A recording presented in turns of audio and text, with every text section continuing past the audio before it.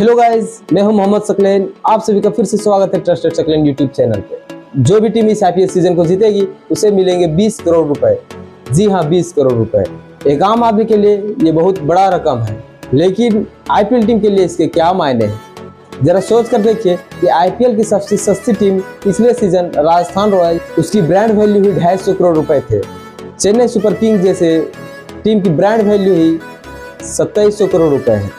ऐसे में 20 करोड़ रुपए का विनिंग प्राइस, क्या मायने हैं इसके इन टीम के लिए? जाहिर सी बात है कि जो खेल आपको टीवी पे दिखाया जाता है वो तो सिर्फ टिप ऑफ द आइसबर्ग है। असली पैसे का खेल तो पीछे पीछे चलने लग रहा है। इसलिए आज मैं इस वीडियो में समझते हैं दोस्तों आईपीएल के business model. Premier League. It has developed a unique brand of cricket that combines entertainment with fast-paced action and attracts players from around the world. The Indian Premier League, or the IPL, has only been around for 12 years, but it's fast become one of the most popular and valuable cricket leagues on the planet. India has given a model for other countries to follow. When the IPL was successful, all these other places went, well, we'll set up our own leagues and we'll try. दोस्तों, पता नहीं आपको याद है कि नहीं, IPL के शुरू होने के करीब 1 साल पहले आईसीएल का स्थापना किया गया था।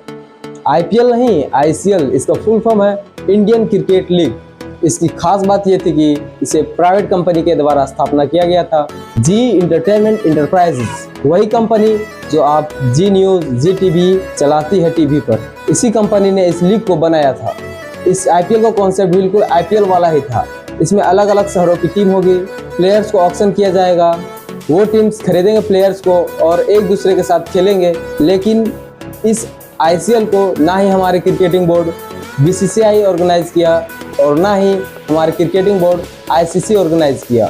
ये दोनों बहुत नाराज थे ये देखकर कि हमारे प्लेयर्स आईसीएल में खेलेंगे। प्लेयर्स को इस आईसीएल से खेलने से रोकने के लिए बीसीसीआई ने अपने डोमेस्टिक टूर्नामेंट का सैलरीज बढ़ा दिए और ये कहा कि जो भी प्लेयर्स इस आईसीएल टूर्नामेंट में खेलेगा उसे लाइफ टाइम के लिए बैन कर दिया जाएगा अपने और आने वाले टूर्नामेंट से। बीसीसीआई ने नहीं चाहते थे कि ऐसी कोई टूर्नामेंट बने जो हमारे कंट्रोल के बाहर हो। फिर सितंबर 2007 में बीसीसीआई ने अपने खुद का एक लीग टूर्नामेंट अनाउंस किया, इंडियन प्रीमियर लीग, जो कि आईपीएल के नाम से जाना जाता है।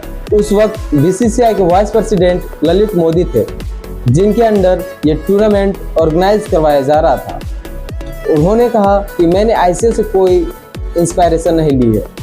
उनको ये आइडिया काफ़ी टाइम पहले ही आ रहा था। ये आइडिया इससे पहले फुटबॉल और बास्केटबॉल में काफ़ी पॉपुलर रहा था। इंग्लिश प्रीमियर लीग ईपीएल, जो कि फुटबॉल का टूर्नामेंट है, और एनबीए, जो यूएसए में बास्केटबॉल का टूर्नामेंट है।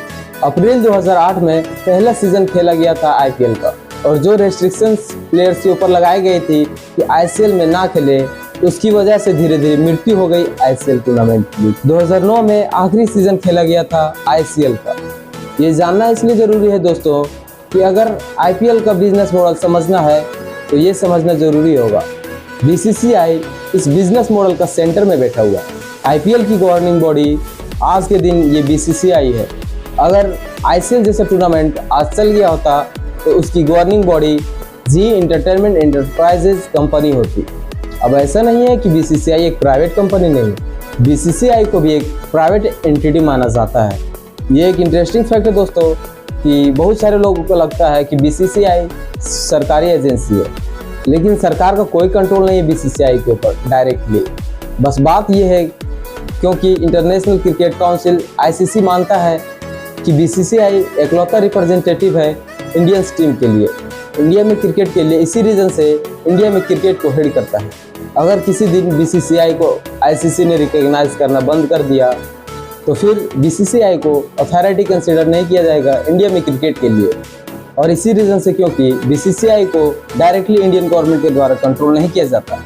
पास्ट में काफ़ी कंट्रोवर्सी हुई है बीसीसीआई और इंडियन गवर्नमेंट के बीच। लेकिन एनीवेज, हम अपने टॉपिक पे वापस आए तो आईपीएल को कंडक्ट करवाने, ऑर्गेनाइज करवाने की जिम्मेदारी बीसीसीआई के ऊपर है। बीसीसीआई के अलावा 3 और मेन कंपोनेंट है इस आईपीएल के बिजनेस मॉडल में। पहला, ब्रॉडकास्ट, जिस टीवी चैनल पे आप आईपीएल मैच देखते हैं। दूसरा, आईपीएल की टीम्स जिन्हें ऑन किया जाता है किसी प्राइवेट कंपनी या प्राइवेट इंडिविजुअल्स के द्वारा। तीसरा, स्पॉन्सर्स, जो किसी प्राइवेट कंपनी स्पॉन्सर्स करती है। बीसीसीआई चौथा कंपोनेंट है इस बिजनेस मॉडल का, जो कि खुद आईपीएल की गवर्निंग बॉडी है। इनके लिए दो मेन सोर्स ऑफ रेवेन्यू है। पहला है जो स्पॉन्सर्स पैसे देने लगे हैं बीसीसीआई को स्पॉन्सर्स के लिए। स्पॉन्सर्स भी दो टाइप के होते हैं। एक है टाइटल स्पॉन्सर्स, आपको याद होगा इसे कहा जाता था DLF IPL, फिर उसके बाद पेप्सी IPL हो गया, उसके बाद फिर वीवो IPL, फिर 2021 में ड्रीम 11 IPL हुआ था, फिर अभी फिलहाल टाटा IPL चल रहा है। इसे कहते हैं टाइटल स्पॉन्सर। जिस ब्रांड नेम का इस्तेमाल किया जा रहा है यहाँ पर IPL के पहले इसे टाइटल स्पॉन्सर्स करते हैं, क्योंकि जब आप IPL के नाम अपने मुंह से लोगे तो उसी कंपनी का नाम आपके दिमाग में याद आएगा। तो ये ब्रांड बहुत सारा पैसा देता है टाइटल स्पॉन्सर्स के लिए। शुरुआत के 5 सीजन में DLF टाइटल स्पॉन्सर रहा था और इसकी स्पॉन्सर्स की फीस थी 40 करोड़ पर ईयर, जिन्होंने BCCI को दिए थे। उसके बाद पेप्सी IPL आया 79 करोड़ रुपीज़ पर ईयर के साथ। फिर वीवो ने बहुत सारे पैसे स्पेंड किए 2016-17 में 100 करोड़ रुपीज़ और 2018-19 में 440 करोड़ रुपीज़ पर ईयर। 2020 में टाइटल स्पॉन्सर ड्रीम 11 रहा था। फिर 2021 में वीवो अपने टाइटल स्पॉन्सर्स के लिए आ गए, क्योंकि इंडिया और चाइना के बीच टेंशन चल रही थी और ये एक चाइनीज़ ऐप है, इसलिए 2020 में ड्रीम 11 टाइटल स्पॉन्सर रहा था। उसके बाद 2021 में टाइटल स्पॉन्सर्स के लिए वीवो वापस आ गए।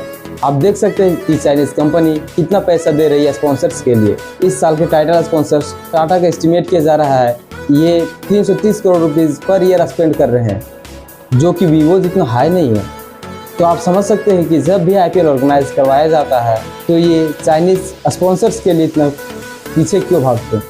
अब ये जो टाइटल स्पॉन्सर से पैसा मिलता है BCCI को, वो 50% अपने पास रख लेते हैं और 50% बाकी टीमों में बांट देते हैं।